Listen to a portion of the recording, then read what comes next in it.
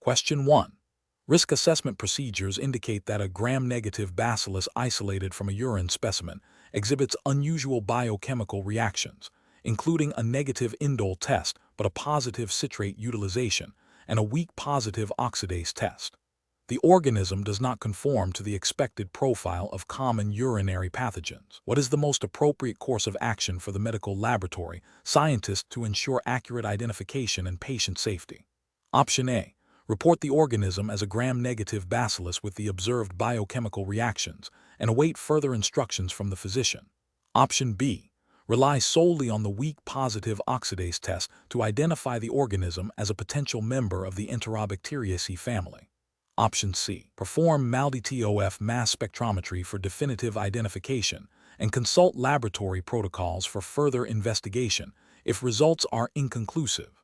Option D. Discard the isolate as non-pathogenic due to the atypical biochemical profile and the potential for laboratory error.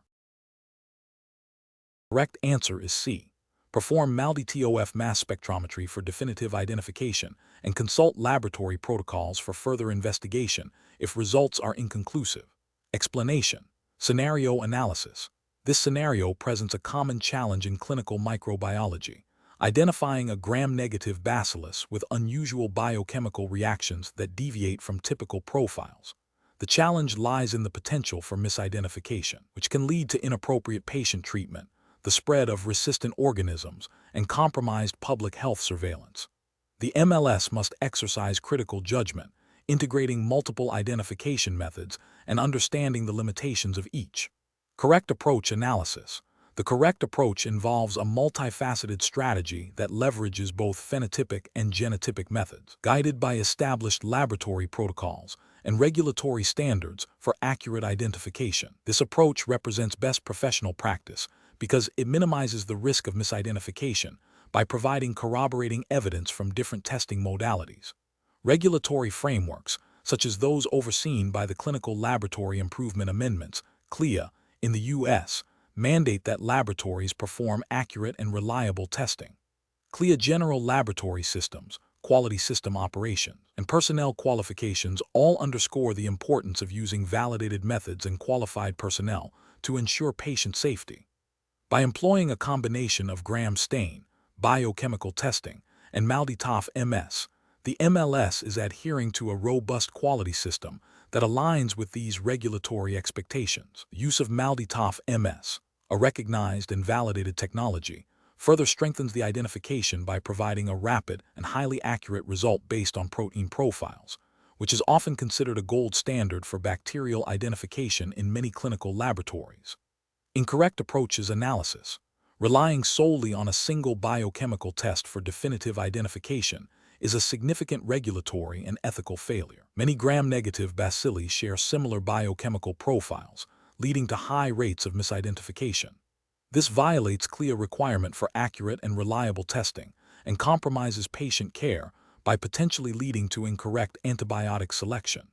Accepting an identification based on a single, atypical biochemical reaction without further investigation is also a failure. This demonstrates a lack of critical thinking and adherence to established quality control procedures.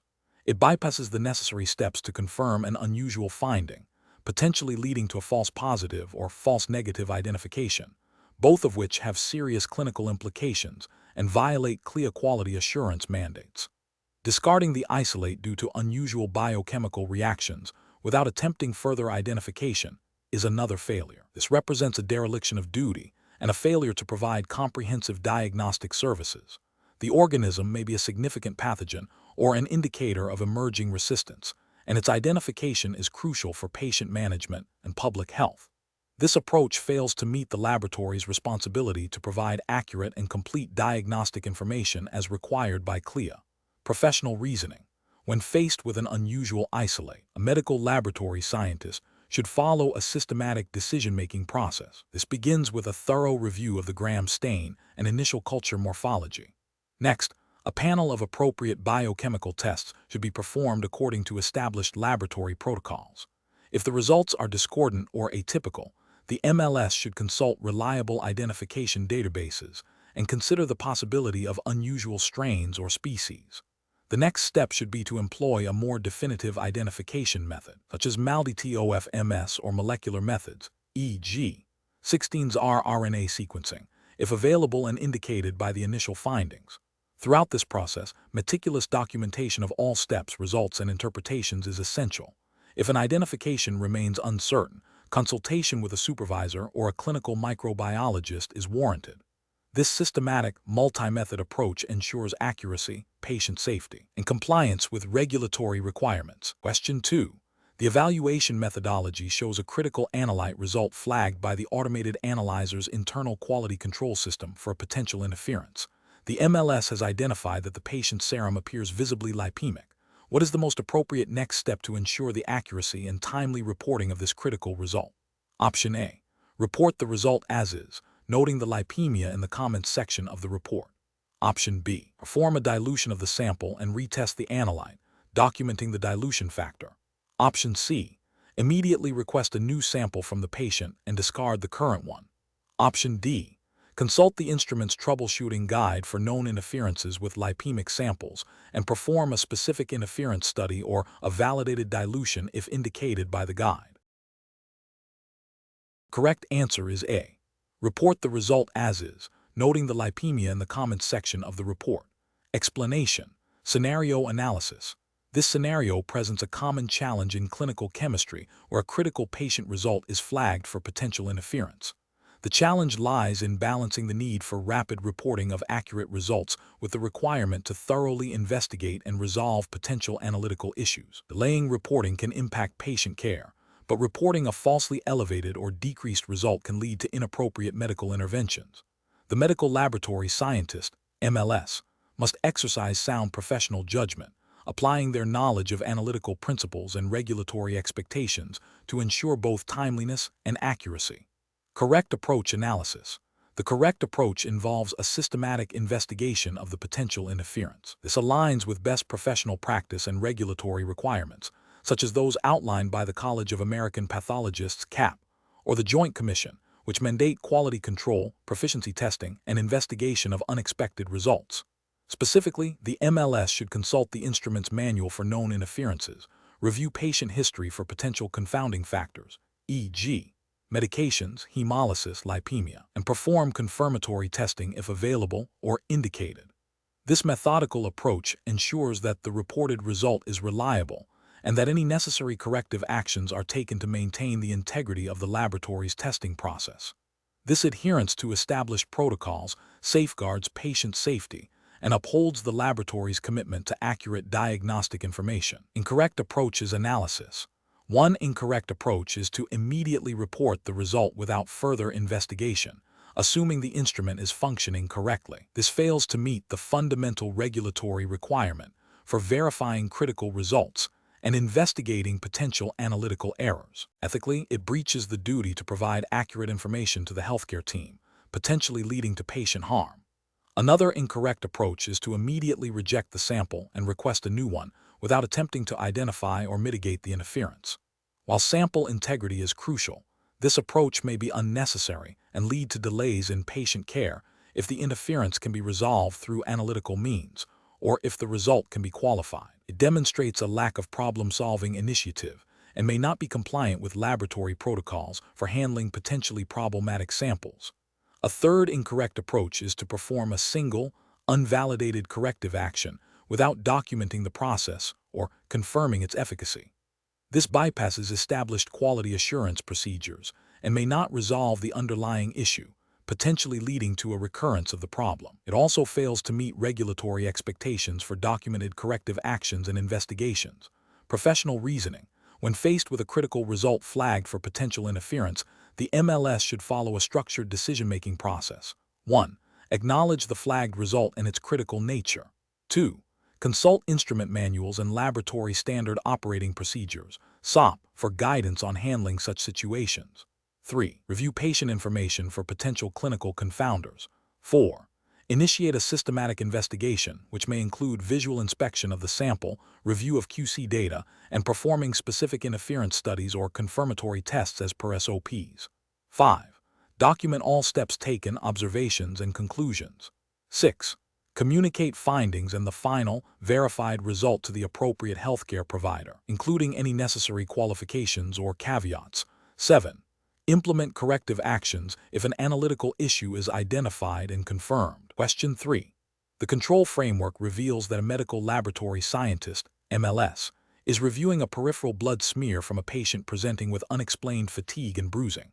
The smear shows a significant number of cells with immature nuclear chromatin, prominent nucleoli, and scant cytoplasm, alongside some atypical lymphocytes with irregular nuclear contours and vacuolated cytoplasm. Considering the diagnostic criteria for hematological malignancies as defined by the World Health Organization, WHO, and the regulatory requirements for accurate laboratory reporting in the United States, which of the following represents the most appropriate initial diagnostic approach?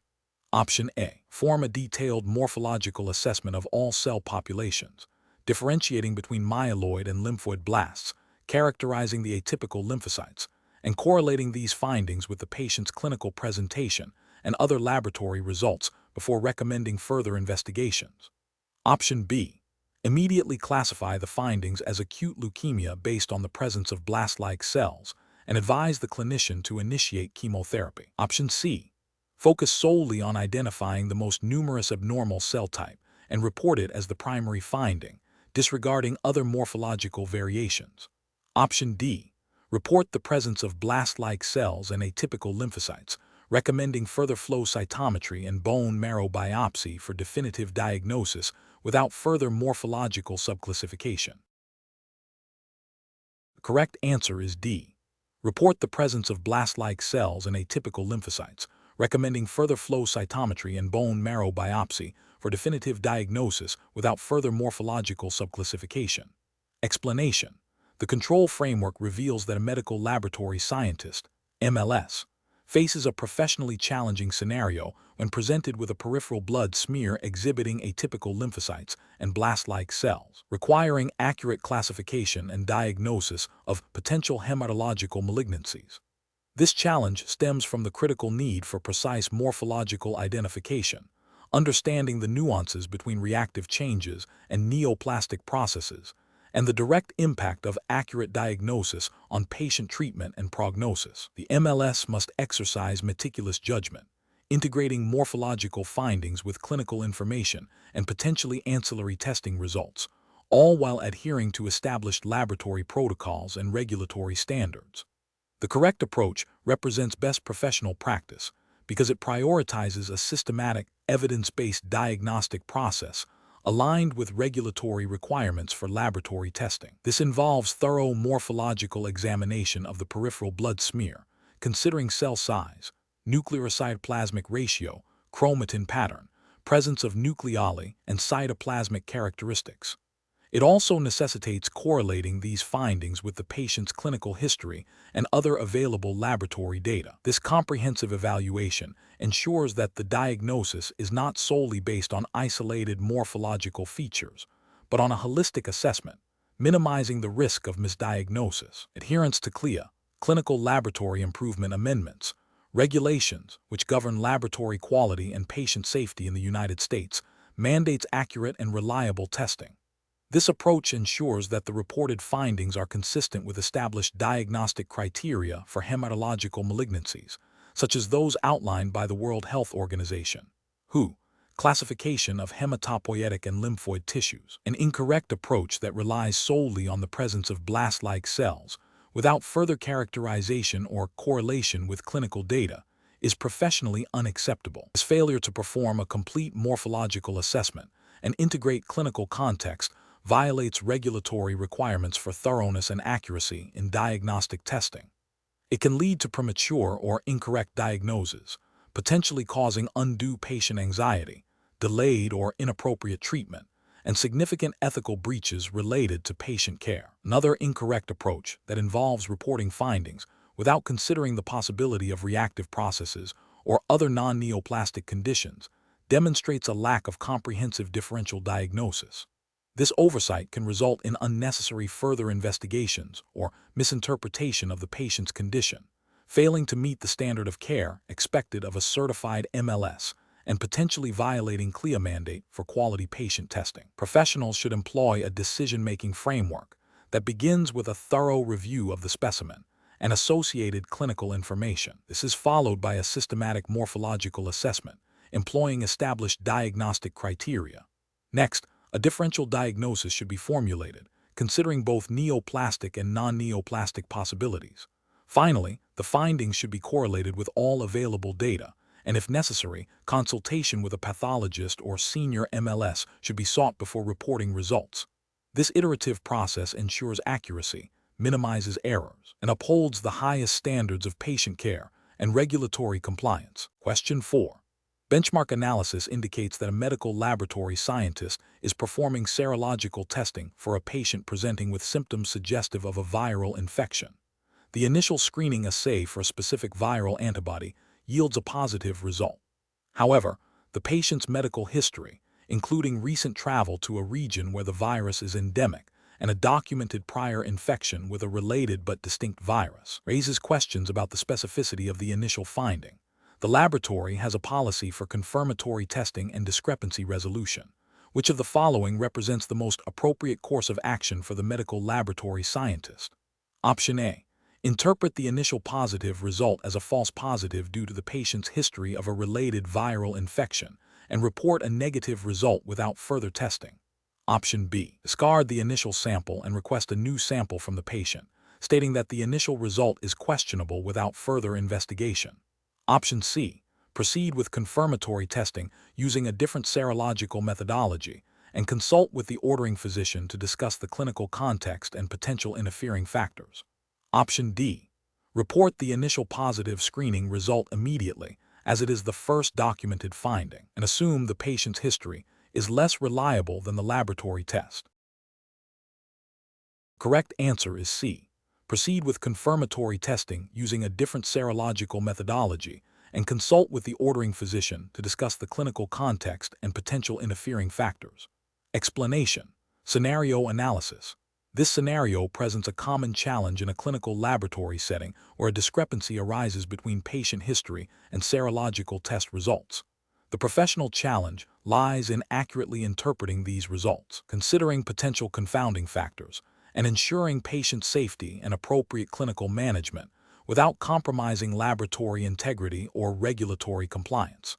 The need for careful judgment stems from the potential for misdiagnosis, delayed treatment, or unnecessary interventions if the discrepancy is not thoroughly investigated. Correct approach analysis.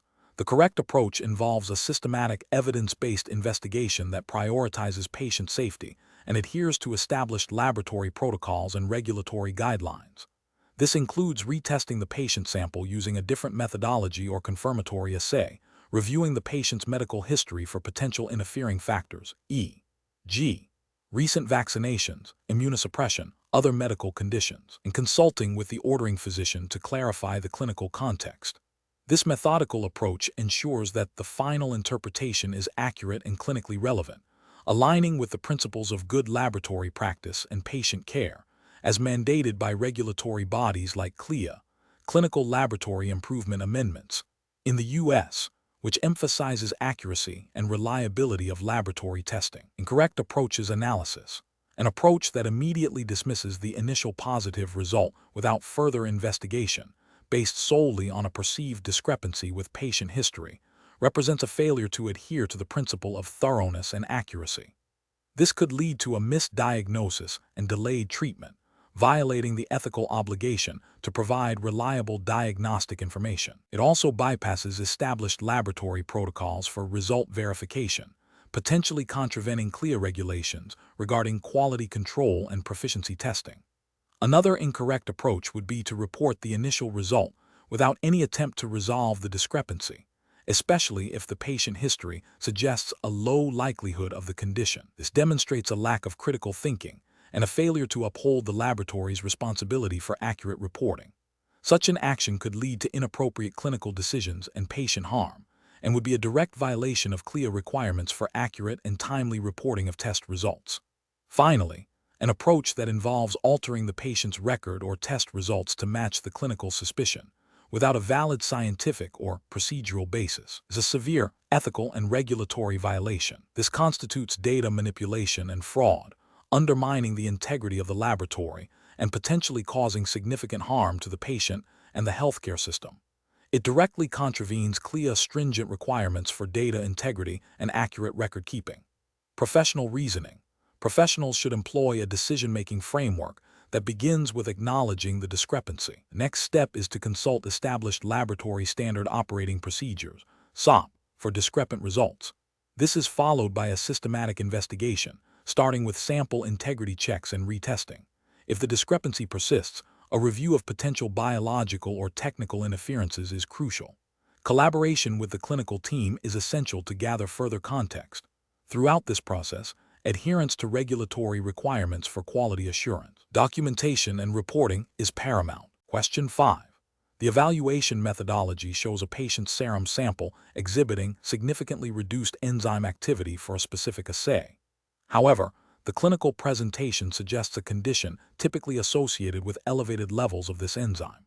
Upon reviewing the enzyme kinetics data, it appears that increasing the substrate concentration leads to a partial restoration of enzyme activity, though not to the expected baseline levels. Considering the principles of enzyme kinetics and potential interferences, which of the following is the most likely explanation for the observed results? Option A.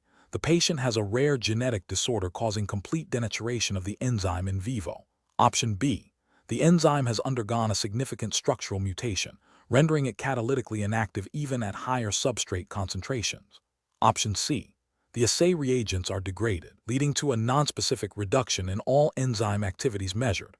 Option D. The enzyme is undergoing competitive inhibition by an endogenous or exogenous substance, which is partially overcome by increased substrate concentration.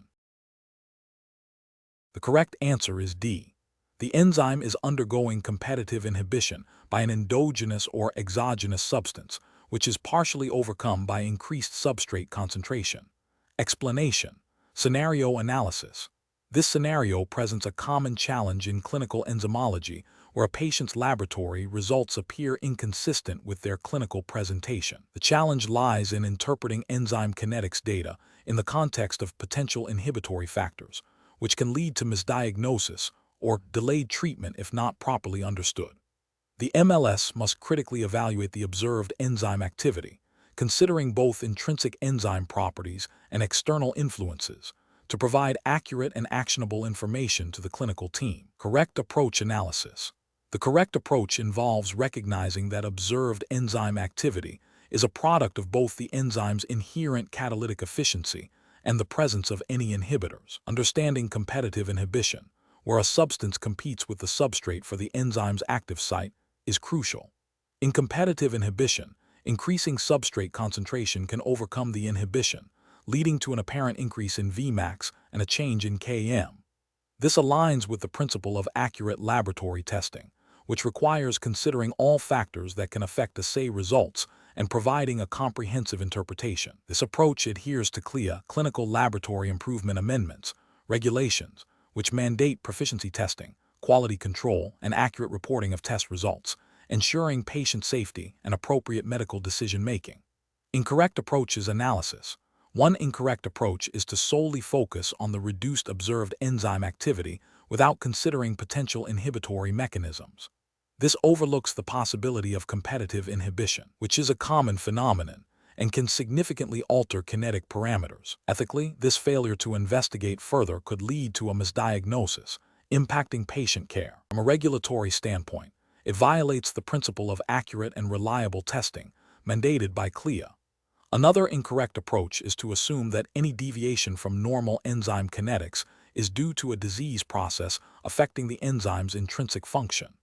This ignores the significant impact of exogenous or endogenous inhibitors that can mimic or mask disease-related changes. This oversight can lead to unnecessary investigations or incorrect treatment strategies, compromising patient well-being and violating the CLIA requirement for accurate test interpretation. A third incorrect approach is to dismiss the kinetic data as unreliable without a systematic investigation into potential causes. While assay interference is possible, A premature dismissal prevents the identification of clinically relevant information, such as the presence of an inhibitor that might have therapeutic implications or diagnostic value. This lack of thoroughness fails to meet the standards of good laboratory practice and the CLIA mandate for comprehensive test analysis. Professional reasoning. Professionals should approach such discrepancies by first reviewing the patient's clinical information and comparing it with the laboratory findings. Next, they should consider known enzyme kinetics and potential factors that can influence them, including competitive inhibition. If competitive inhibition is suspected, further investigation might involve repeating the assay with varying substrate concentrations or in the presence of known inhibitors to confirm the mechanism. This systematic, evidence-based approach ensures that laboratory results are interpreted accurately and contribute effectively to patient care, aligning with regulatory requirements for quality and patient safety. Question 6. The monitoring system demonstrates a patient's complete blood count, CBC, with a significantly elevated white blood cell, WBC, count of 25, 0x109/L, and a manual differential revealing 85% neutrophils, with 20% bandforms and 5% metamyelocytes. The red blood cell indices are within normal limits, and the platelet count is slightly decreased at 140x109/L.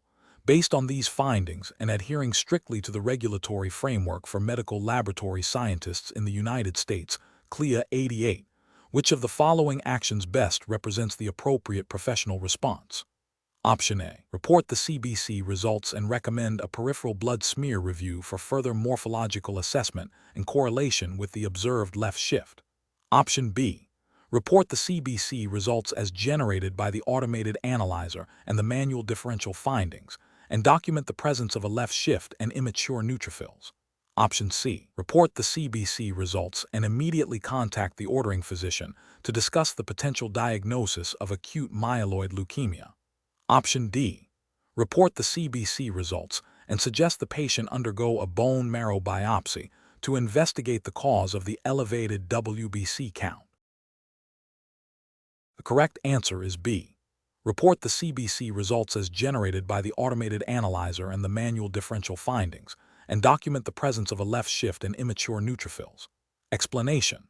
The monitoring system demonstrates a patient's complete blood count, CBC, results showing a significantly elevated white blood cell, WBC, count with a marked left shift, indicating an increase in immature neutrophils. This scenario is professionally challenging because it requires the medical laboratory scientist, MLS, to not only recognize the abnormal findings, but also to interpret their potential clinical significance within the context of the patient's presentation, and to ensure appropriate follow-up actions are taken according to established laboratory protocols and regulatory guidelines. MLS must exercise sound judgment to differentiate between a benign reactive process and a potentially serious underlying condition, such as infection or hematologic malignancy, while adhering strictly to the CLIA 88 regulations governing laboratory testing and quality control.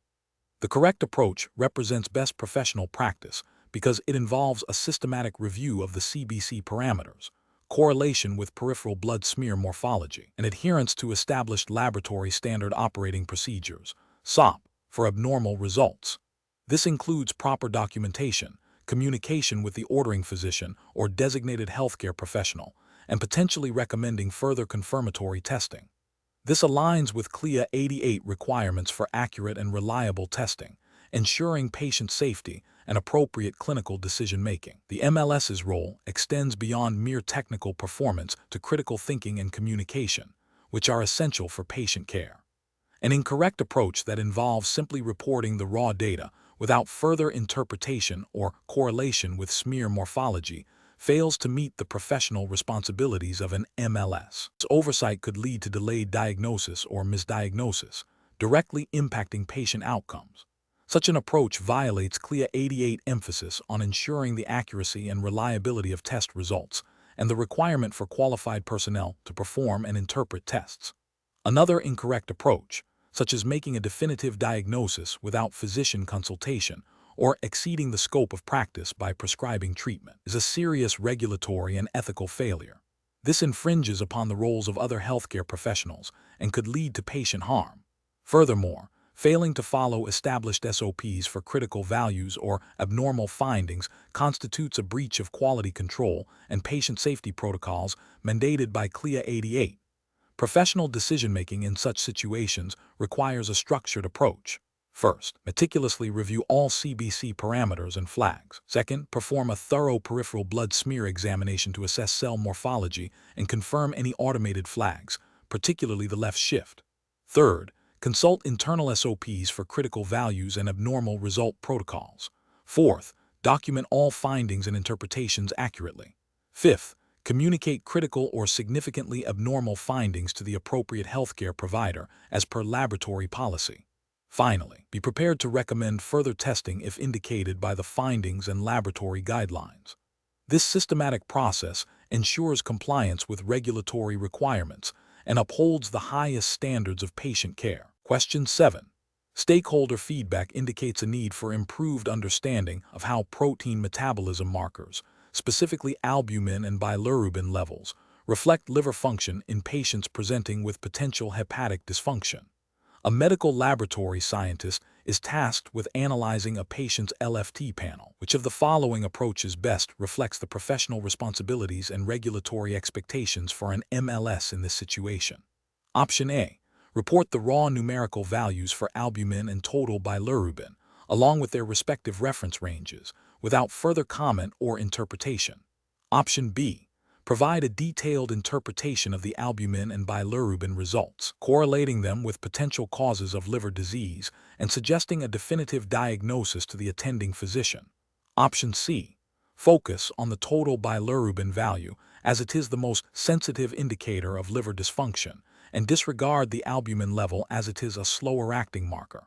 Option D. Analyze the albumin and bilirubin results in the context of other relevant liver function tests and protein markers, providing a clear and concise interpretation of the liver's synthetic and excretory function to the clinical team. The correct answer is A.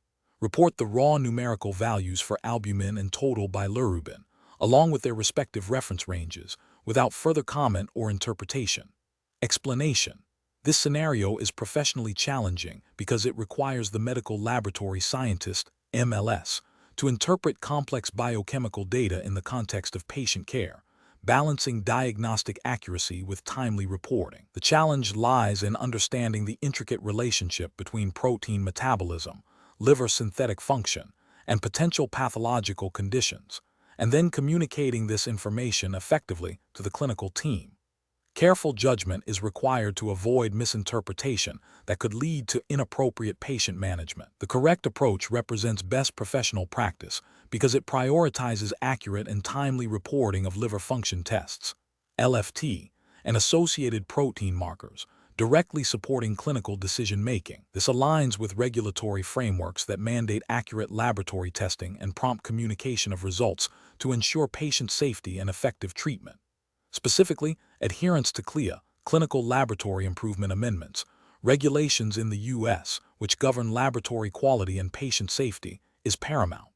CLIA requires that laboratory testing is accurate, reliable, and timely. By ensuring the correct interpretation and reporting of albumin and bilirubin levels, the MLS directly contributes to meeting these CLIA requirements. Furthermore, ethical principles of patient care, which emphasize beneficence and non-maleficence, are upheld by providing precise diagnostic information. An incorrect approach that focuses solely on reporting raw data without interpretation fails to meet the professional expectations of an MLS. This approach neglects the diagnostic value of LFTs and protein metabolism markers, potentially delaying crucial clinical interventions and violating the spirit of CLIA quality assurance mandates. It also falls short of the ethical obligation to contribute meaningfully to patient care. Another incorrect approach that involves overinterpreting results or making definitive diagnoses is also professionally unacceptable. This oversteps the MLS's scope of practice, which is to provide laboratory data and interpretations, not to function as a clinician. Such an approach could lead to diagnostic errors, patient harm, and regulatory violations by exceeding the defined responsibilities under CLIA. It also undermines the collaborative nature of healthcare, where the MLS's role is to support, not replace, the physician's diagnostic authority. The professional reasoning process should involve a systematic evaluation of LFTs and protein markers. This includes understanding the normal physiological ranges and the implications of deviations. The MLS should then correlate these findings with the patient's clinical presentation, if available, to provide a more informed interpretation. Crucially, the MLS must adhere to established laboratory protocols and reporting guidelines, ensuring that all results are communicated clearly and concisely to the appropriate healthcare providers. This decision-making process is guided by regulatory requirements for quality control, proficiency testing, and accurate reporting, as well as ethical considerations for patient well-being and professional integrity. Question 8. System analysis indicates a subtle but consistent upward trend in the mean corpuscular hemoglobin concentration, MCHC, for a specific red blood cell parameter over the past 3 QC runs, with all individual QC results remaining within the established acceptable limits. What is the most appropriate immediate next step for the medical laboratory scientist? Option A. Review the QC data for trends and perform instrument-specific troubleshooting checks as outlined in the laboratory's standard operating procedure. Option B. Immediately recalibrate the hematology analyzer to address the observed trend. Option C. Continue with patient testing and document the trend for review during the next monthly QC meeting. Option D. Ignore the trend as all individual QC results are within acceptable daily limits. Correct answer is A. Review the QC data for trends and perform instrument-specific troubleshooting checks as outlined in the laboratory's standard operating procedure. Explanation. Scenario analysis.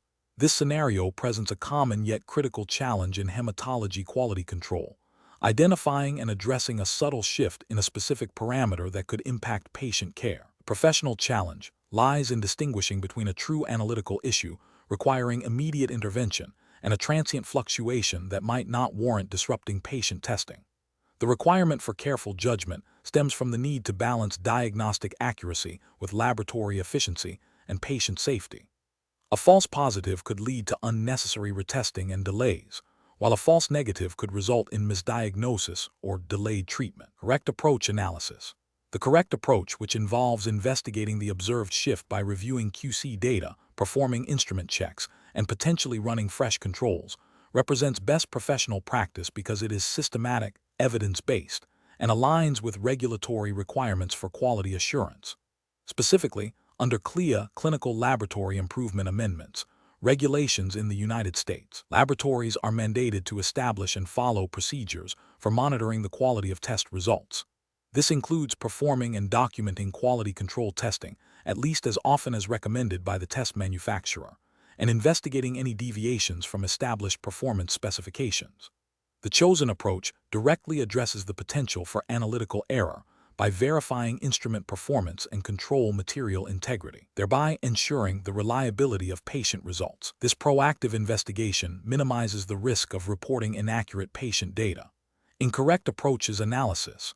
One incorrect approach, which is to immediately recalibrate the instrument without further investigation, fails to adhere to a systematic problem-solving process. While recalibration can correct analytical drift, forming it without first analyzing the QC data and performing basic instrument checks is inefficient and can introduce new errors if the issue is not related to calibration. It bypasses the diagnostic steps required by quality management systems, which emphasize root cause analysis before implementing corrective actions. This approach could be considered a failure to follow established laboratory procedures for troubleshooting, which are implicitly required by CLIA for maintaining test system integrity. Another incorrect approach, which is to ignore the shift as it is within acceptable limits for the day, is a significant regulatory and ethical failure. CLIA mandates that laboratories establish acceptable ranges for QC results and investigate any results that fall outside these ranges or exhibit a trend that could indicate a problem. Ignoring a trend, even if individual results are technically within the daily acceptable range, demonstrates a lack of diligence in monitoring test performance and a disregard for the potential for impending analytical issues. This failure to investigate trends can lead to the reporting of inaccurate patient results, directly violating the CLIA requirement to ensure the quality and accuracy of laboratory testing. A third incorrect approach, which is to proceed with patient testing while noting the shift for future review, is also professionally unacceptable. This approach prioritizes throughput over patient safety and diagnostic accuracy. CLIA requires that patient test results are not reported unless the laboratory has established and followed procedures for quality control. By continuing to report patient results without resolving the observed QC shift, the laboratory is failing to ensure the quality of those results, potentially compromising patient care. This is a direct contravention of the fundamental principles of laboratory quality assurance. Professional reasoning. Professionals should approach QC deviations by following a tiered investigative process. First, thoroughly review the QC data for trends, shifts, or outliers. Second, consult the instrument's troubleshooting guide and perform basic instrument checks, e.g., cleaning, checking reagent levels. Third, if the issue persists, consider running fresh QC materials or a proficiency testing sample. Fourth, if the problem is still unresolved, consult with the instrument manufacturer or a supervisor. This systematic approach ensures that corrective actions are targeted, efficient, and compliant with regulatory mandates, ultimately safeguarding patient results. Question 9. Operational review demonstrates a patient presenting with fatigue and pallor.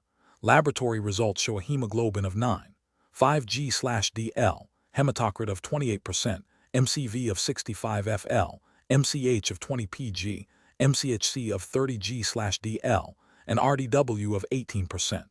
A peripheral blood smear reveals hypochromic microcytic red blood cells with occasional elliptocytes. Which of the following diagnostic approaches best aligns with best practices for laboratory diagnosis of anemia under CLIA regulations?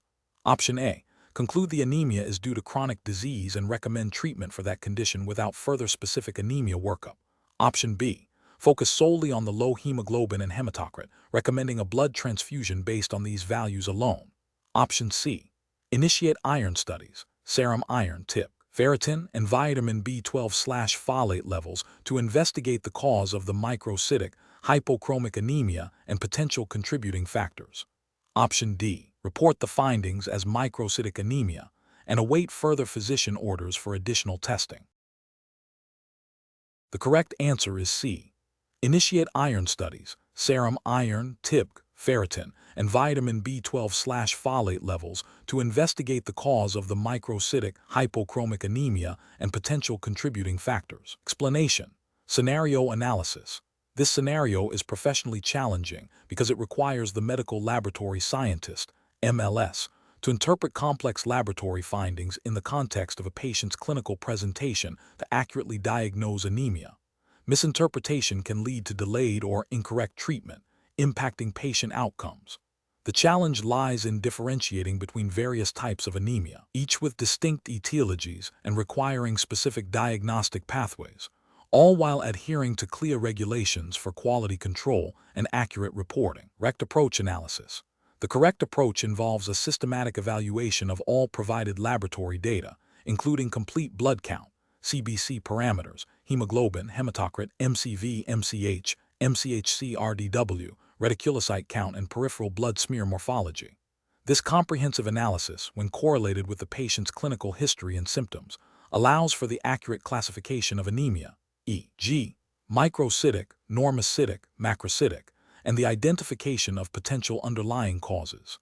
This aligns with CLIA requirement for accurate and reliable laboratory testing and reporting, ensuring that the diagnostic information provided to the physician is of the highest quality for appropriate patient management. Incorrect approaches analysis. One incorrect approach would be to solely focus on the hemoglobin and hematocrit values without considering other CBC indices or the peripheral smear. This fails to provide a complete picture of the anemia's characteristics and can lead to misclassification. Ethically, this is a failure to provide a thorough diagnostic service. From a regulatory standpoint, it may violate CLIA intent for comprehensive testing and accurate reporting of all relevant parameters.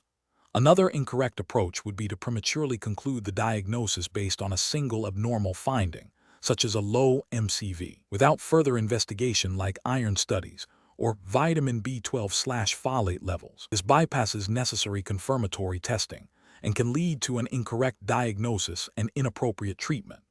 This represents a failure in diagnostic diligence and potentially violates CLIA quality assurance standards by not performing all necessary tests for a definitive diagnosis. A third incorrect approach would be to report findings without correlating them with the patient's clinical presentation or without considering the possibility of multiple coexisting etiologies.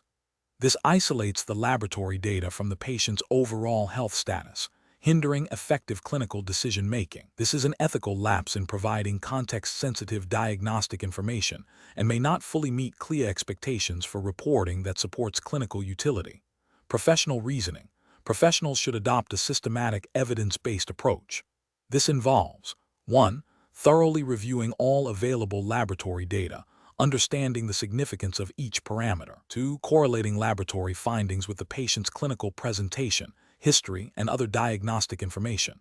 3. Considering differential diagnoses based on the pattern of laboratory abnormalities. 4. Recommending or performing further confirmatory testing as indicated. 5. Ensuring all reporting adheres to regulatory standards e.g. CLIA for accuracy, completeness, and timeliness. This process ensures patient safety and optimal diagnostic accuracy. Question 10. Strategic planning requires a medical laboratory scientist to anticipate potential patient care issues arising from laboratory findings. If a medical laboratory scientist identifies a critical value for a patient's blood glucose that strongly indicates uncontrolled diabetes, and the ordering physician's follow-up appointment is several days away, what is the most appropriate course of action to ensure patient safety and uphold professional responsibilities? Option A. Inform the patient directly about the critical blood glucose result and advise them to seek immediate medical attention, bypassing the physician. Option B. Immediately report the critical blood glucose value to the ordering physician or their designated representative through established laboratory communication channels. Option C. Discuss the critical blood glucose finding with colleagues in the laboratory who are not directly involved in the patient's care to seek their opinion on how to proceed. Option D. Wait for the patient's scheduled follow-up appointment with the physician to discuss the results, as direct patient communication is outside the MLS scope. Correct answer is B. Immediately report the critical blood glucose value to the ordering physician or their designated representative through established laboratory communication channels. Explanation. Scenario analysis. This scenario presents an ethical dilemma common in healthcare settings, specifically concerning patient autonomy versus the perceived best interest of the patient, complicated by the role of a medical laboratory scientist, MLS. The MLS has identified a critical discrepancy in a patient's lab results that strongly suggests uncontrolled diabetes, a condition with significant long-term health implications. The challenge lies in how to act on this information when direct patient communication is outside the MLS's typical scope of practice, and the physician's follow-up is delayed. Balancing the urgency of the patient's health with professional boundaries and established communication protocols is paramount. Correct approach analysis. The correct approach involves reporting the critical finding through established laboratory and hospital communication channels to the ordering physician or designated healthcare provider. This aligns with regulatory frameworks such as the Clinical Laboratory Improvement Amendments, CLIA, in the U.S., which mandate that laboratories report critical values to ensure timely patient care. Ethically, it upholds the principle of beneficence, acting in the patient's best interest, and non-maleficence, avoiding harm, by ensuring the physician is alerted to a potentially life-threatening situation. It respects professional boundaries by not overstepping the MLS's role while still fulfilling their responsibility to patient safety. Incorrect approaches analysis. Failing to report the critical value to the physician, even if it means waiting for a routine follow-up, is a significant regulatory and ethical failure. This violates CLIA regulations regarding critical value reporting and the ethical duty to act when a patient's health is at immediate risk. It prioritizes procedural adherence over patient well-being, potentially leading to severe health consequences for the patient due to delayed diagnosis and treatment of uncontrolled diabetes. Directly contacting the patient to inform them of the critical results and advise them to seek immediate medical attention, while well-intentioned, oversteps the MLS's professional scope of practice and established communication protocols. This can lead to patient confusion, anxiety, and potentially misinterpretation of medical information, which could be detrimental. It bypasses the physician's role as the primary interpreter of lab results and coordinator of patient care, potentially creating a breakdown in the healthcare team's communication and the patient's trust in the established system. This also poses a risk of liability for the MLS and the laboratory. Discussing the patient's critical results with other laboratory personnel who are not directly involved in the patient's care or who do not have a need to know constitutes a breach of patient confidentiality. This violates HIPAA, Health Insurance Portability and Accountability Act, regulations and ethical principles of patient privacy, undermining the trust essential in healthcare. Professional reasoning. Professionals facing such a dilemma should first recognize the critical nature of the lab result and its potential impact on patient health. They should then consult their institution's policies and procedures for critical value reporting. The primary responsibility is to ensure the ordering physician is made aware of the critical finding through the designated reporting mechanism. If institutional policy allows for direct physician notification or a specific escalation process, that should be followed. If there are any ambiguities, consulting with laboratory management or a supervisor is crucial to ensure compliance with both regulatory requirements and ethical obligations. The decision-making process should prioritize patient safety and timely intervention while respecting professional roles and responsibilities. Question 11. The risk matrix shows a moderate risk associated with the current turnaround time for a specific immunoassay. To optimize this process while maintaining diagnostic accuracy, which approach best addresses the potential impact on antigen-antibody interactions and regulatory compliance? Option A. Systematically evaluate changes to incubation times and reagent concentration, validating each adjustment through comparative studies against established methods and monitoring for shifts in assay sensitivity and specificity. Option B.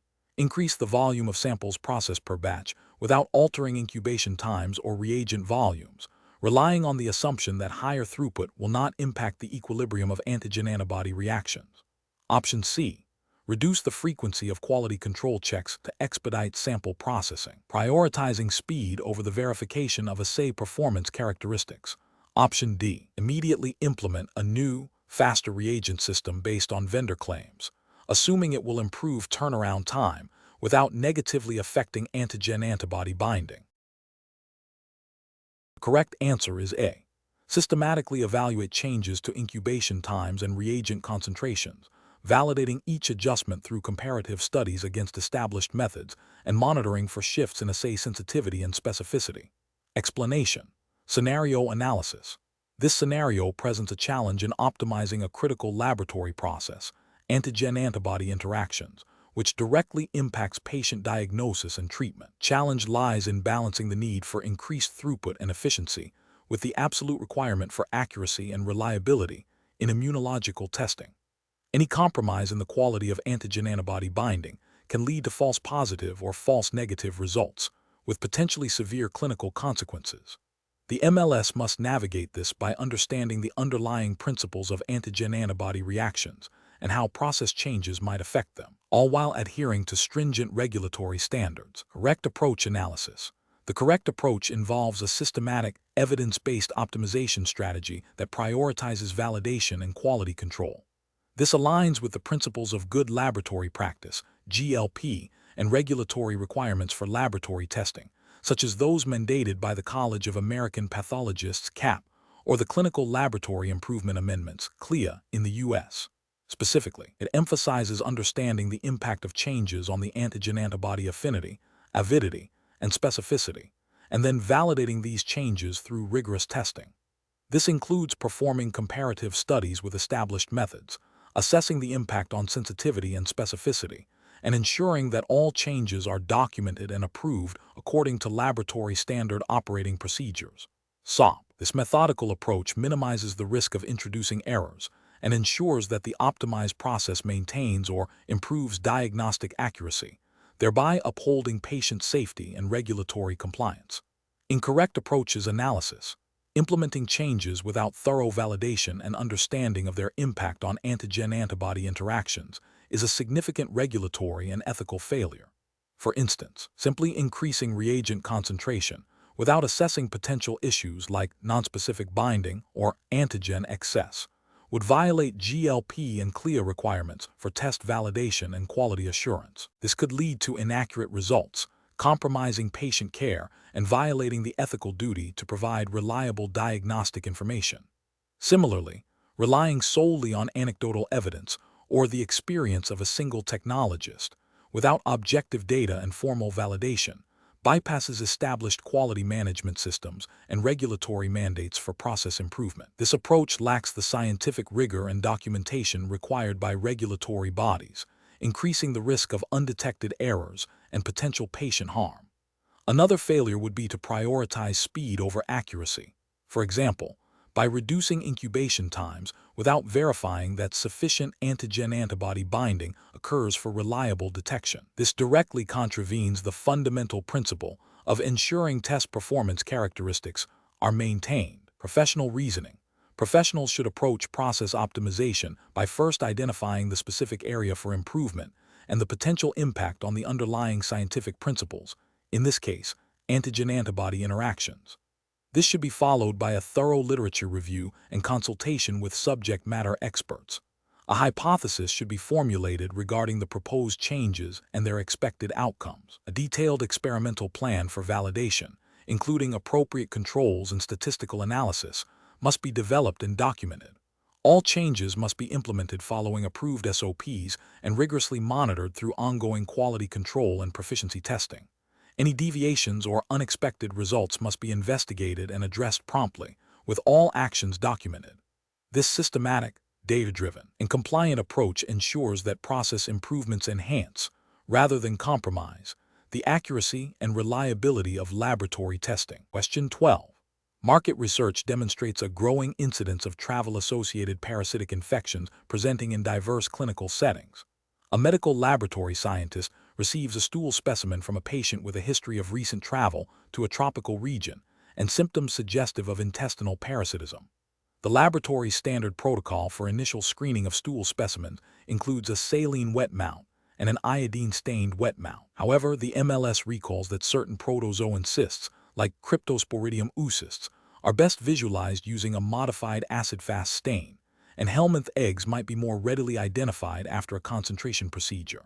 Considering the regulatory framework governing clinical laboratories in the United States, which of the following actions best reflects best professional practice and regulatory compliance? Option A. Perform only the saline and iodine wet mounts as per the standard protocol and report any findings, deferring further testing unless specifically requested by the clinician. Option B. Inform the clinician that the laboratory's standard protocol is insufficient for comprehensive parasitic evaluation and advise them to send the specimen to a specialized reference laboratory. Option C. Perform the standard saline and iodine wet mounts, and if initial findings are inconclusive or negative but suspicion remains high, then proceed with additional confirmatory or specialized stains and concentration techniques as indicated by the patient's clinical presentation and travel history. Option D. Immediately perform a modified acid-fast stain and a concentration procedure in addition to the standard wet mounts, anticipating potential findings based on the patient's travel history. Correct answer is A. Perform only the saline and iodine wet mounts as per the standard protocol and report any findings, deferring further testing unless specifically requested by the clinician. Explanation. Scenario analysis. This scenario presents a common challenge in medical laboratory science, ensuring accurate and timely diagnosis of parasitic infections while adhering to stringent regulatory requirements for specimen handling and reporting. The challenge lies in balancing the need for rapid patient care with the meticulous procedures mandated by regulatory bodies to maintain quality and prevent misdiagnosis.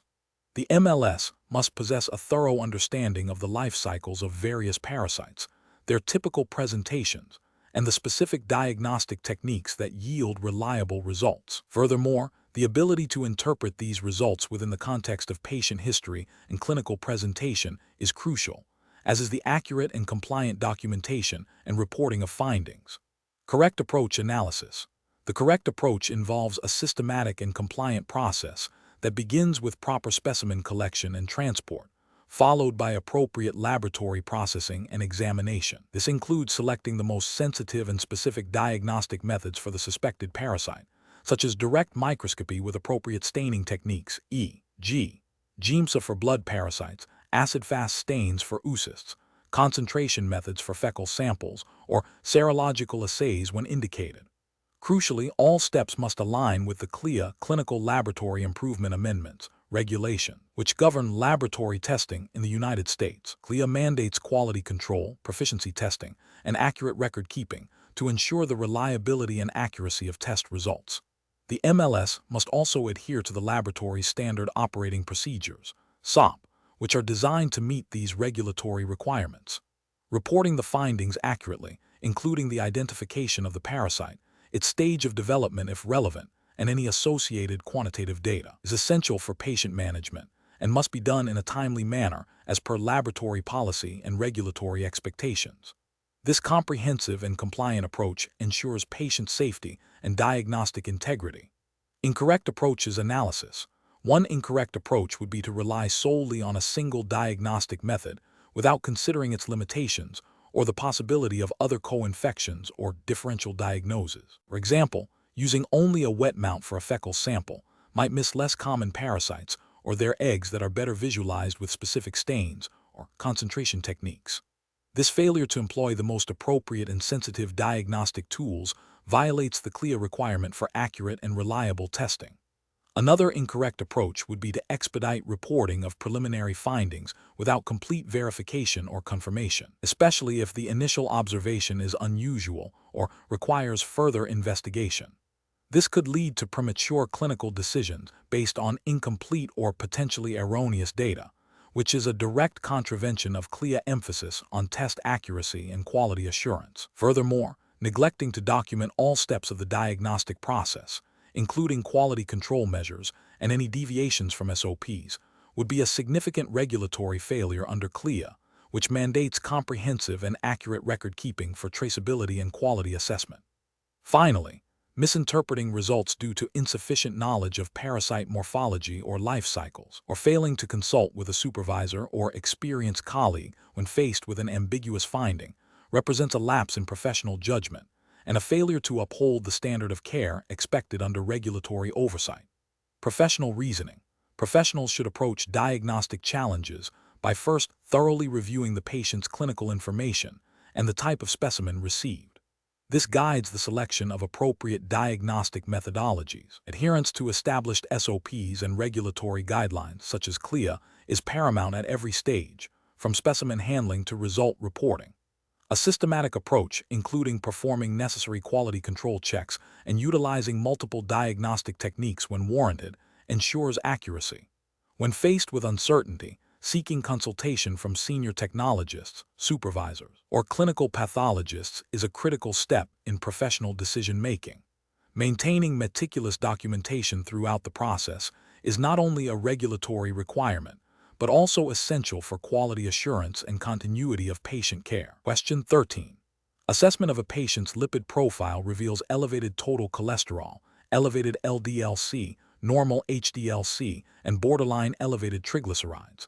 Considering the established guidelines for cardiovascular risk assessment, which of the following interpretations best reflects the clinical significance of these findings for a patient with no known history of cardiovascular disease? Option A. The patient's lipid profile is within acceptable limits for an individual without a history of cardiovascular disease, as the HDL-C is normal. Option B.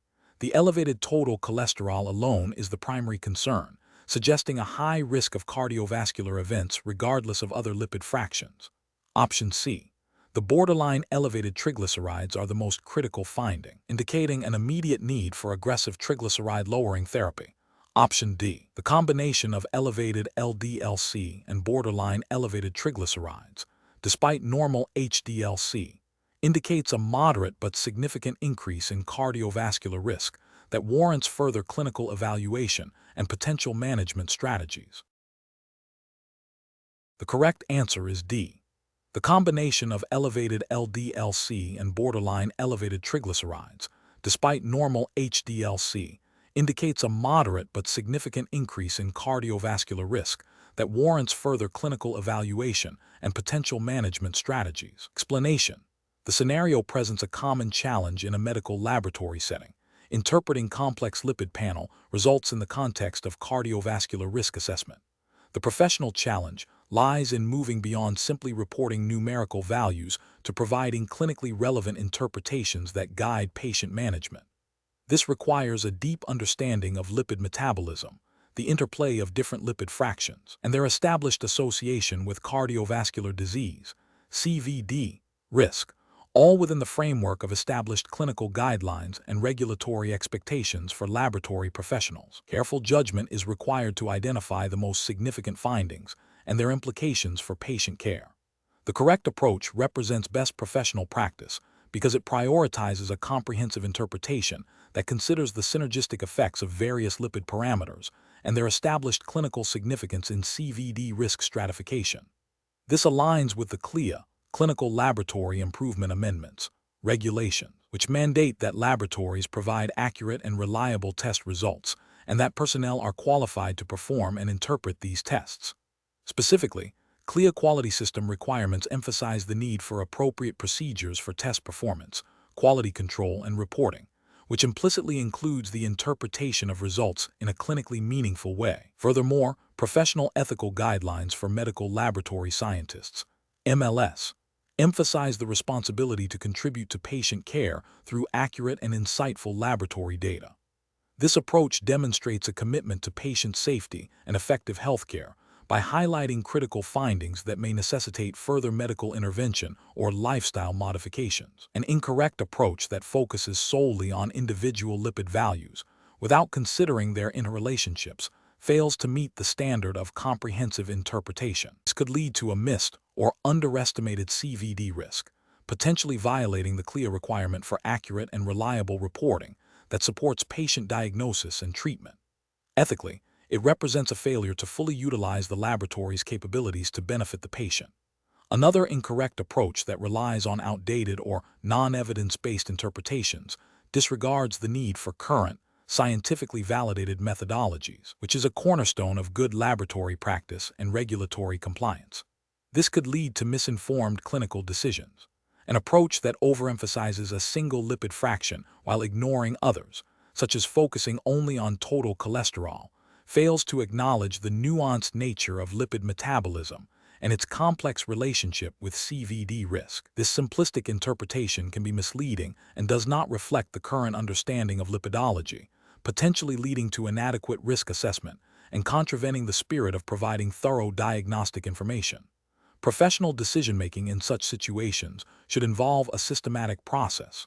First, ensuring the accuracy and quality of the raw data through rigorous quality control. Second, understanding the established reference ranges and clinical decision points for each lipid parameter. Third, integrating these individual results to assess the overall lipid profile and its implications for CVD risk, referencing current clinical guidelines, e.g., from organizations like the American Heart Association or the National Cholesterol Education Program. And finally, communicating these findings clearly and concisely to the requesting healthcare provider, highlighting any critical or unexpected results that warrant attention. Question 14. Comparative studies suggest that while physician orders are crucial in initiating transfusion requests, the ultimate responsibility for ensuring the safety and compatibility of blood products rests with the medical laboratory scientist. In a scenario where a physician verbally requests an immediate transfusion for a patient with a history of multiple transfusions and a known antibody, but the patient's wristband is missing and the specimen tube is labeled with only the patient's name, what is the most appropriate course of action for the MLS to ensure patient safety and regulatory compliance? Option A. Transfuse the patient with the most readily available O-negative packed red blood cells, as this is considered the universal donor type, and address the labeling and identification issues after the transfusion is complete. Option B. Contact the physician to request a new, properly labeled specimen and wait for its arrival and processing before initiating any transfusion, even if the patient's condition is critical. Option C. Proceed with the transfusion using the patient's name as the sole identifier, assuming the physician's verbal order is sufficient given the urgency, and document the verbal order in the patient's record. Option D. Refuse to proceed with any transfusion until the patient's identity is unequivocally confirmed with at least 2 unique identifiers, and the blood specimen is properly labeled, initiating appropriate emergency protocols if the clinical situation warrants immediate transfusion, and a temporary, compatible unit can be issued based on established guidelines. The correct answer is D. Refuse to proceed with any transfusion until the patient's identity is unequivocally confirmed with at least 2 unique identifiers, and the blood specimen is properly labeled. Initiating appropriate emergency protocols if the clinical situation warrants immediate transfusion, and a temporary, compatible unit can be issued based on established guidelines. Explanation. Scenario analysis. This scenario presents a professional challenge due to the critical nature of blood transfusion services and the potential for severe patient harm if errors occur.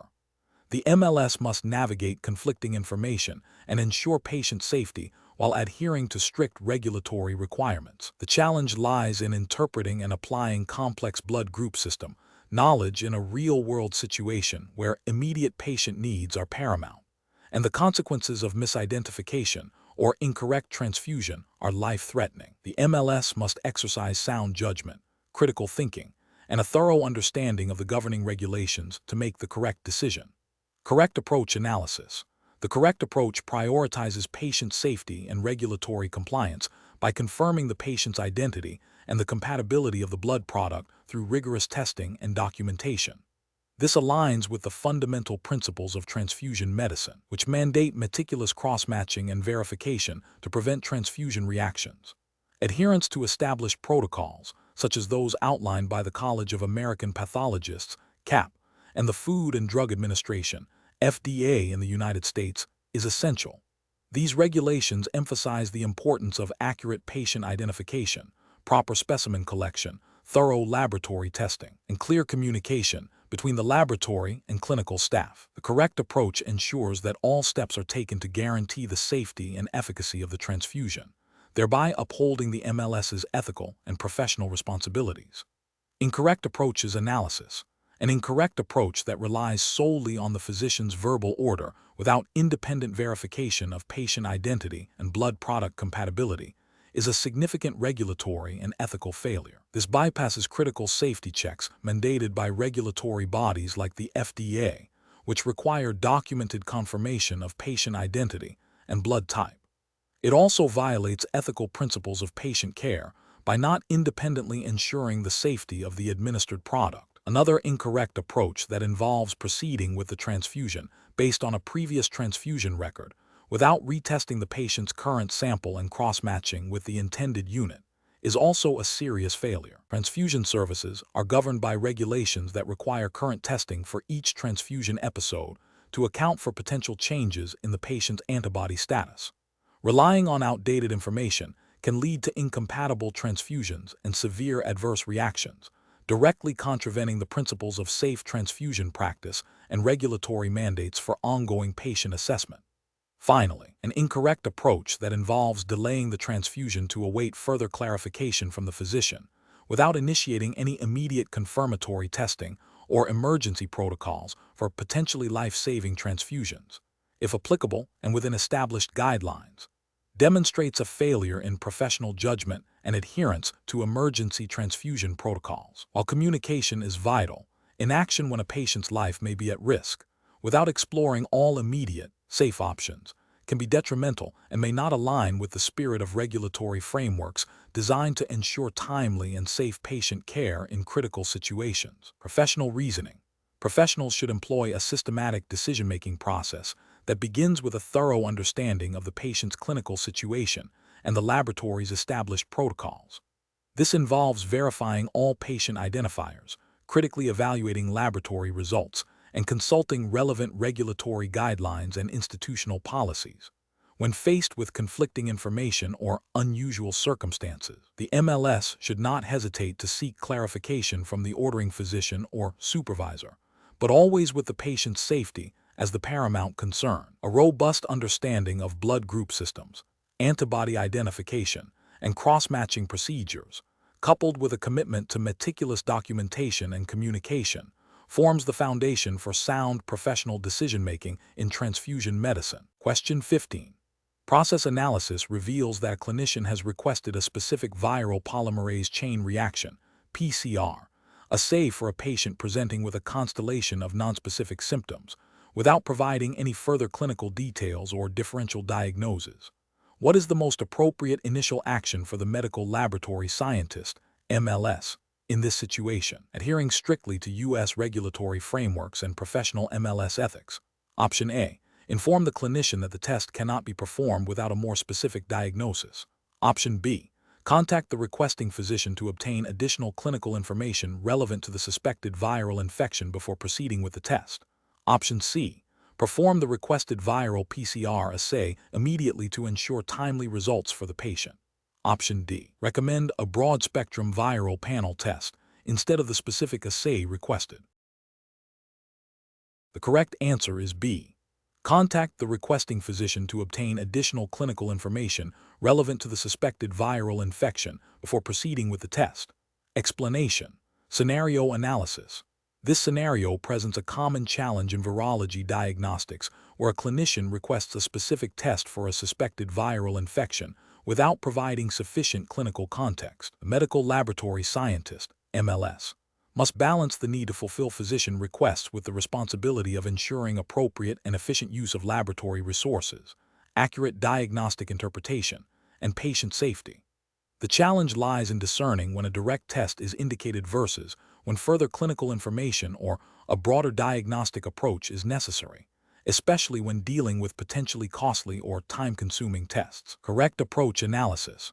The correct approach involves seeking clarification from the requesting physician. This aligns with best professional practice by ensuring that the diagnostic testing ordered is clinically relevant and appropriate for the patient's presentation.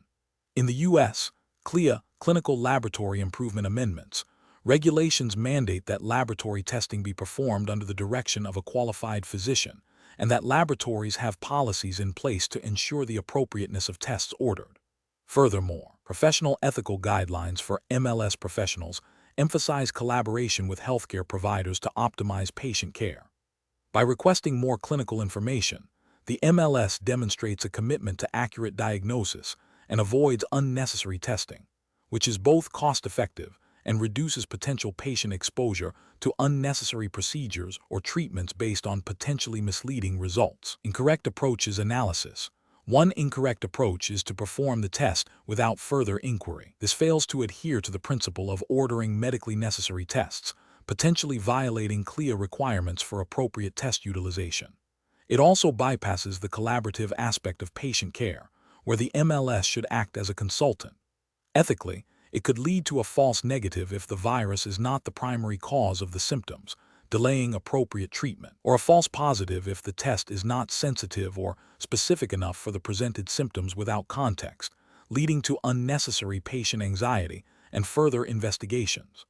Another incorrect approach is to refuse to perform the test outright without attempting to gather more information. Resource management is important. A complete refusal without communication can be seen as uncooperative and detrimental to the physician-laboratory relationship. This could violate implicit professional expectations of collaboration and problem-solving. It also misses an opportunity to educate the clinician on the most appropriate diagnostic strategy. A third incorrect approach is to suggest an alternative, more expensive or complex test without understanding the initial clinical suspicion. While the MLS may have expertise, unilaterally directing diagnostic pathways without physician input can overstep professional boundaries and may not align with the physician's diagnostic strategy or the patient's insurance coverage. This could also lead to unnecessary costs and delays if the suggested test is not the most appropriate first step. Professional reasoning. Professionals should employ a systematic decision-making framework. First, assess the request against known clinical presentations and available diagnostic capabilities. Second, if ambiguity exists or if the request seems suboptimal, initiate communication with the requesting clinician to gather more clinical context. Third, based on the gathered information, recommend the most appropriate diagnostic strategy, which may involve the initially requested test, an alternative test, or a panel of tests. This collaborative approach ensures that diagnostic efforts are targeted, efficient, and ultimately beneficial to the patient, while adhering to regulatory and ethical standards. Question 16. To address the challenge of accurately diagnosing a patient with suspected systemic lupus erythematosus, SLE, based on updated American College of Rheumatology (ACR) and European League Against Rheumatism (EULAR) classification criteria, which of the following laboratory approaches best reflects current best professional practice and regulatory compliance for a medical laboratory scientist MLS, in the United States. Option A. Continuing to report autoantibody results based on older, established criteria, as these have been historically validated and are familiar to referring physicians. Option B. Implementing the new ACR/Euler criteria for reporting autoantibody results, ensuring all laboratory personnel are trained on the updated interpretive guidelines and that internal quality control reflects the new criteria. Option C. Modifying the laboratory's internal autoantibody testing algorithms based on anecdotal physician feedback regarding specific patient presentations, without formal validation or staff retraining. Option D. Recommending that referring physicians independently interpret autoantibody results in the context of the new ACR/Euler criteria, as the laboratory's primary role is solely to perform the requested tests. The correct answer is B. Implementing the new ACR/Euler criteria for reporting autoantibody results, ensuring all laboratory personnel are trained on the updated interpretive guidelines, and that internal quality control reflects the new criteria. Explanation. The scenario presents a common challenge in medical laboratory science, ensuring accurate and timely diagnosis of autoimmune diseases while managing evolving laboratory protocols and patient care needs. The professional challenge lies in balancing the need for established, validated diagnostic methods with the introduction of new technologies or interpretive guidelines that may offer improved sensitivity or specificity. Careful judgment is required to ensure that any changes do not compromise patient safety or diagnostic accuracy, and that all laboratory practices adhere to regulatory standards. The correct approach represents best professional practice because it prioritizes a systematic, evidence-based evaluation of new diagnostic criteria and their impact on laboratory workflows and patient management. This aligns with the fundamental principles of quality assurance and patient safety mandated by regulatory frameworks governing medical laboratories. Specifically, it ensures that any changes are validated, staff are adequately trained, and the laboratory maintains compliance with established performance standards and reporting requirements. This proactive and thorough approach minimizes the risk of diagnostic errors and ensures that the laboratory provides reliable information to clinicians for optimal patient care. An incorrect approach that relies solely on anecdotal evidence or personal experience to modify diagnostic criteria would be a significant regulatory and ethical failure. This bypasses the rigorous validation processes required by regulatory bodies, potentially leading to inaccurate results and misdiagnosis. It also fails to ensure that all laboratory personnel are operating under standardized, approved protocols, which is a cornerstone of laboratory accreditation and regulatory compliance. Another incorrect approach, which involves implementing new diagnostic criteria without adequate staff training or validation, poses a direct risk to patient safety. This violates ethical obligations to provide competent care and regulatory requirements for proficiency testing and quality control. It demonstrates a failure to uphold the professional responsibility to maintain current knowledge and skills, and to ensure that laboratory operations are conducted in a manner that guarantees the reliability of test results. The professional decision-making process for similar situations should involve a structured approach. First, identify the need for change or improvement based on scientific literature, regulatory updates, or internal quality data. Second, thoroughly research and evaluate potential new methods or criteria, considering their analytical performance, clinical utility, and cost-effectiveness.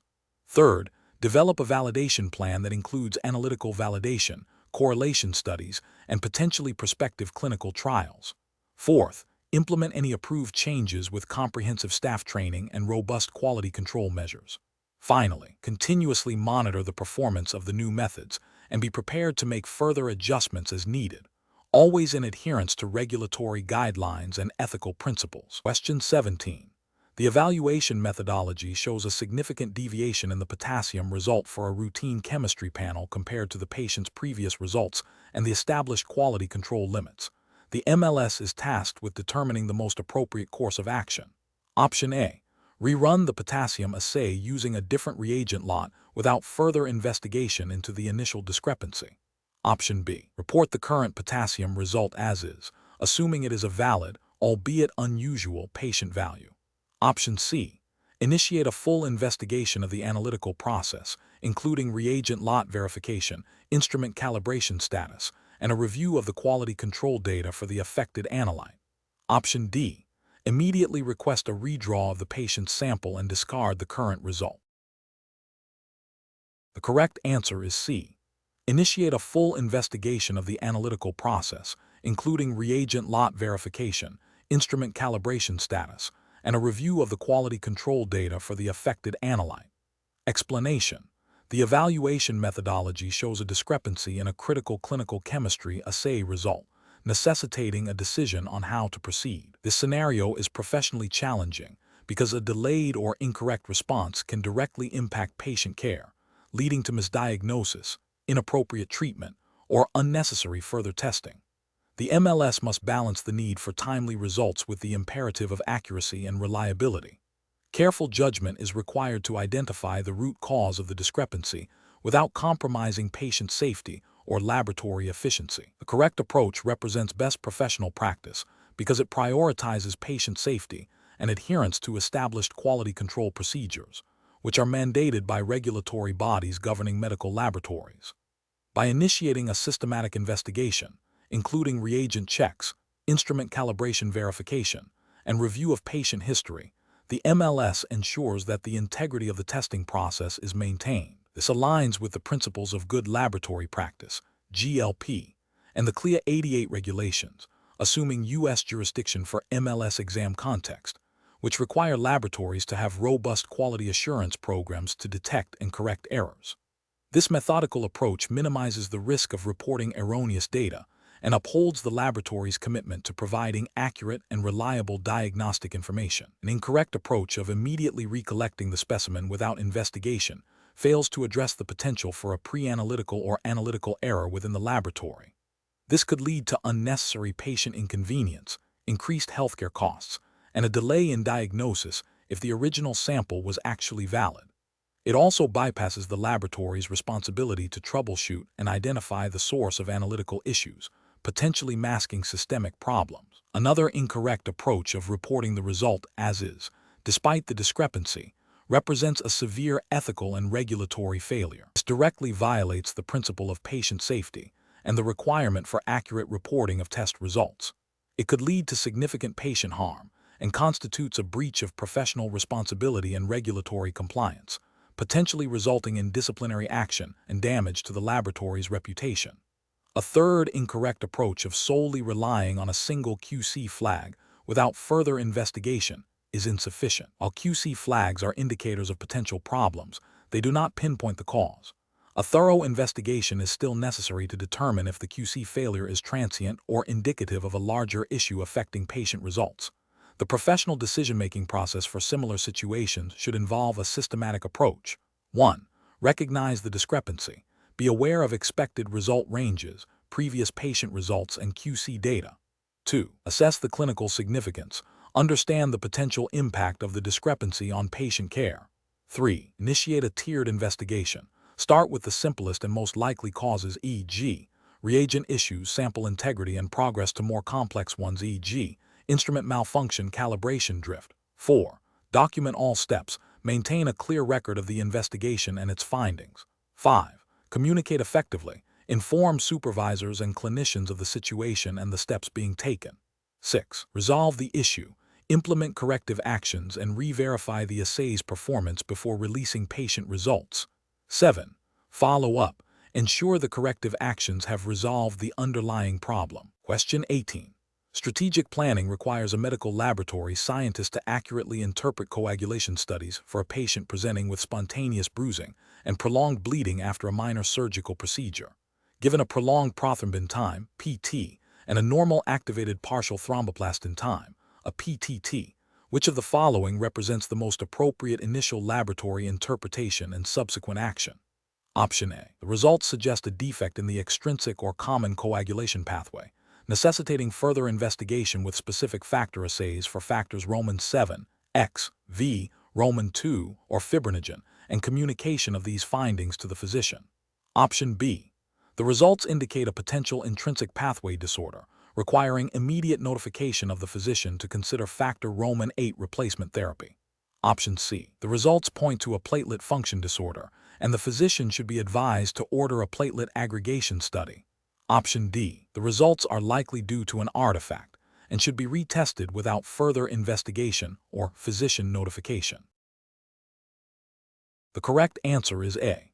The results suggest a defect in the extrinsic or common coagulation pathway, necessitating further investigation with specific factor assays for factors Roman 7, X, V, Roman 2, or fibrinogen, and communication of these findings to the physician. Explanation. Scenario analysis. This scenario is professionally challenging because it requires the medical laboratory scientist, MLS, to interpret complex coagulation results in the context of a patient's clinical presentation and potential therapeutic interventions. The challenge lies in accurately identifying the underlying coagulation disorder, differentiating between intrinsic and extrinsic pathway defects, and understanding the implications of these findings for patient management, all while adhering to strict laboratory protocols and regulatory guidelines. Misinterpretation can lead to delayed or incorrect treatment, impacting patient outcomes. Correct approach analysis. The correct approach involves a systematic evaluation of the prothrombin time, PT, and activated partial thromboplastin time, a PTT, results in conjunction with the patient's clinical history and other relevant laboratory data. A prolonged PT with a normal PTT strongly suggests a defect in the extrinsic pathway e.g., factor Roman 7 deficiency, or a common pathway factor deficiency e.g., fibrinogen, prothrombin factor XV, or Roman 13. Conversely, a prolonged PTT with a normal PT points to an intrinsic pathway defect, e.g., factor Roman 8, Roman 9, Roman 11, or Roman 12 deficiency. If both PT and a PTT are prolonged, it indicates a common pathway defect or the presence of inhibitors. This methodical approach aligns with CLIA, Clinical Laboratory Improvement Amendments, regulations, which mandate accurate and reliable laboratory testing, quality control, and proficiency testing to ensure patient safety and appropriate diagnosis. It also reflects the ethical responsibility of the MLS to provide accurate and timely information to the healthcare team. Incorrect approaches analysis. One incorrect approach would be to solely rely on the PT result without considering the PTT. This would lead to an incomplete assessment, potentially misdiagnosing a disorder primarily affecting the intrinsic pathway. This failure to perform a comprehensive analysis violates CLIA requirement for accurate and complete testing. Another incorrect approach would be to report the PT and a PTT results without correlating them with the patient's clinical presentation or considering potential interfering factors. This overlooks the critical role of clinical correlation in laboratory diagnostics and could lead to misinterpretation of the results, failing to meet the standard of care expected under CLIA. A third incorrect approach would be to recommend specific therapeutic interventions based on the coagulation results without consulting with the physician. While MLS professionals are experts in laboratory diagnostics, the ultimate responsibility for patient treatment lies with the ordering physician. Overstepping professional boundaries in this manner could lead to inappropriate medical advice and potential harm, violating professional ethics and potentially CLIA guidelines on the scope of practice. Professional reasoning. Professionals should employ a systematic decision-making process that begins with understanding the patient's clinical context. This is followed by a thorough review of all relevant laboratory data, including PT, a PTT, platelet count, and any specific factor assays or inhibitor screens if indicated. Correlation of these findings with known coagulation pathway physiology is crucial. Adherence to established laboratory standard operating procedures, SOP, and CLIA regulations ensures the accuracy and reliability of the testing process. Finally, clear and concise communication of results and interpretations to the ordering physician is paramount, facilitating informed clinical decision-making. Question 19. The audit findings indicate a pattern of inconsistent results in gram staining for a specific bacterial species, leading to potential misidentification and delayed appropriate treatment. What is the most appropriate, immediate, and comprehensive response to address this quality assurance issue in microbiological testing? Option A. Implement a new, more complex QC procedure for gram staining without investigating the current QC data or the specific circumstances of the inconsistent results. Option B. Retrain the technologist who performed the majority of the affected gram stains on proper staining techniques and document the retraining as the sole corrective action. Option C. Immediately notify the clinical team about the potential for inaccurate results. Recall all affected patient specimens for retesting and initiate a thorough root cause analysis to identify contributing factors, followed by implementing targeted corrective and preventative actions. Option D. Acknowledge the audit finding, but defer any corrective actions until the next scheduled internal quality review meeting to conserve resources. The correct answer is C. Immediately notify the clinical team about the potential for inaccurate results, recall all affected patient specimens for retesting, and initiate a thorough root cause analysis to identify contributing factors, followed by implementing targeted corrective and preventative actions. Explanation. Scenario analysis.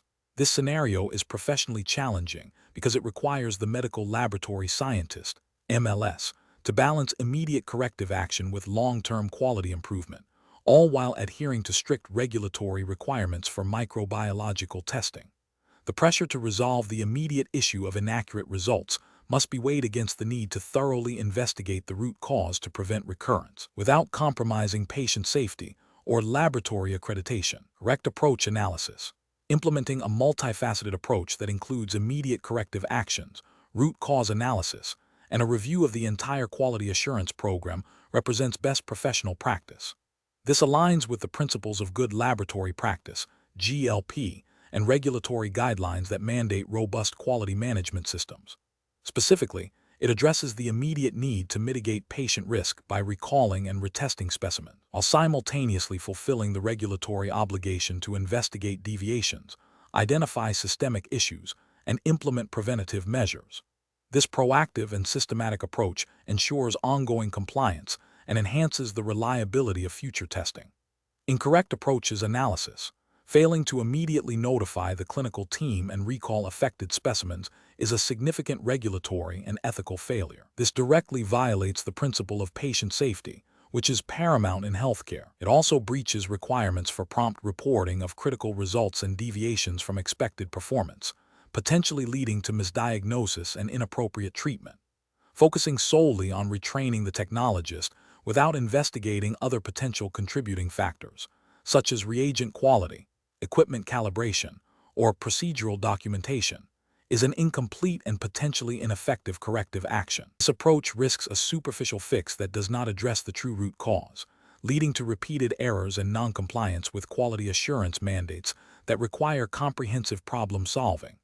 Implementing a new quality control, QC, procedure without a thorough root cause analysis of the current issue is premature and may not resolve the underlying problem. It also represents a failure to follow established protocols for change management within a quality system, which typically requires investigation and validation before implementation. This could lead to wasted resources and continued inaccuracies if the new QC does not address the actual source of the error. Professional reasoning. Professionals should approach such situations by first prioritizing patient safety through immediate notification and specimen recall. Subsequently, a systematic root cause analysis should be initiated, involving all relevant personnel and data. This analysis should guide the development of targeted corrective and preventative actions, COPPA. The entire process must be documented meticulously, and the effectiveness of the COPPA should be monitored and evaluated to ensure sustained compliance and quality improvement. This structured decision-making process ensures that all regulatory requirements are met and that the laboratory operates at the highest standard of quality. Question 20. Consider a scenario where a clinical chemistry analyzer for glucose testing shows an out-of-control quality control (QC) result for a control serum. The laboratory's established Westguard rules indicate A13's violation. What is the most appropriate immediate action for the medical laboratory scientist, MLS, to take to ensure patient safety and regulatory compliance? Option A. Discard the out-of-control QC data and continue with the next scheduled QC run without further investigation or retesting of patient samples. Option B. Report all patient results that were generated for glucose since the last acceptable QC, assuming the out-of-control result was a transient issue. Option C. Immediately investigate the cause of the out-of-control QC, including reviewing instrument logs, reagent quality, and operator performance. If a cause is identified and corrected, rerun QC. If the rerun QC is acceptable, retest patient samples analyzed during the period of the out-of-control QC. Option D. Recalibrate the glucose analyzer and proceed with reporting patient results without rerunning QC or retesting patient samples. The correct answer is C. Immediately investigate the cause of the out-of-control QC, including reviewing instrument logs, reagent quality, and operator performance. If a cause is identified and corrected, rerun QC. If the rerun QC is acceptable, retest patient samples analyzed during the period of the out-of-control QC. Explanation. Scenario analysis. This scenario presents a common yet critical challenge in clinical chemistry, identifying and rectifying a quality control (QC) issue that impacts patient care. The professional challenge lies in the immediate need to ensure the accuracy and reliability of patient results while minimizing disruption to laboratory workflow and patient management. A delay in addressing the QC failure could lead to misdiagnosis or inappropriate treatment, underscoring the importance of a systematic and compliant approach. The MLS must balance the urgency of the situation with the need for thorough investigation and documentation, adhering strictly to established protocols. Correct approach analysis. The correct approach involves immediately investigating the out-of-control QC result by reviewing instrument logs, reagent quality, and operator performance.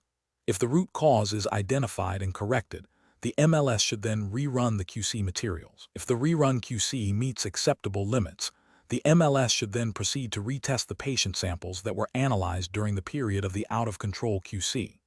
This approach aligns with CLIA, Clinical Laboratory Improvement Amendments, regulations, specifically the requirements for quality control and proficiency testing, which mandate that laboratories must have procedures in place to detect and correct errors. Retesting patient samples ensures that any potentially erroneous results are identified and corrected before they are reported, thereby safeguarding patient safety and maintaining the integrity of laboratory data. This systematic process demonstrates best professional practice by prioritizing patient outcomes and adhering to regulatory mandates for accuracy and reliability. Incorrect approach is analysis. One incorrect approach involves reporting patient results without further investigation, assuming the out-of-control QC was a transient anomaly. This directly violates CLIA regulations, which require laboratories to investigate and resolve any QC failures before reporting patient results. Ethically, this is a failure to uphold the duty of care to patients, as it risks reporting inaccurate data that could lead to adverse health consequences. Another incorrect approach is to simply recalibrate the instrument and proceed with reporting patient results without rerunning QC or retesting patient samples. A recalibration might address a potential instrument issue. It does not verify that the instrument is now performing within acceptable limits for the specific analytes. CLIA mandates that QC must be performed and meet established criteria to demonstrate analytical system suitability. Failing to rerun QC and retest patient samples in this context is a regulatory failure and an ethical lapse, as it bypasses essential verification steps. A third incorrect approach is to discard the out-of-control QC data and continue with the next scheduled QC run without investigating the cause or retesting affected patient samples. This is a direct contravention of CLIA quality control requirements, which necessitate documentation and investigation of all QC deviations. It also represents a failure to ensure the accuracy of patient results generated during the period of the QC failure, posing a significant risk to patient care. Professional reasoning. When faced with an out-of-control QC result, a clinical laboratory scientist should follow a structured decision-making process. First, immediately halt the reporting of patient results for the affected analyte S. Second, consult the laboratory's standard operating procedures, SOP, for QC troubleshooting. Third, systematically investigate potential causes, including instrument performance, reagent integrity, environmental factors, and operator technique. Fourth, implement corrective actions based on the identified root cause. Fifth, rerun QC materials to verify that the system is now performing within acceptable limits. Sixth, if QC is acceptable, retest patient samples analyzed during the period of the out-of-control QC. Seventh, document all steps taken, including the investigation, corrective actions, and retesting results, in accordance with CLIA requirements. This methodical approach ensures compliance, maintains data integrity, and prioritizes patient safety.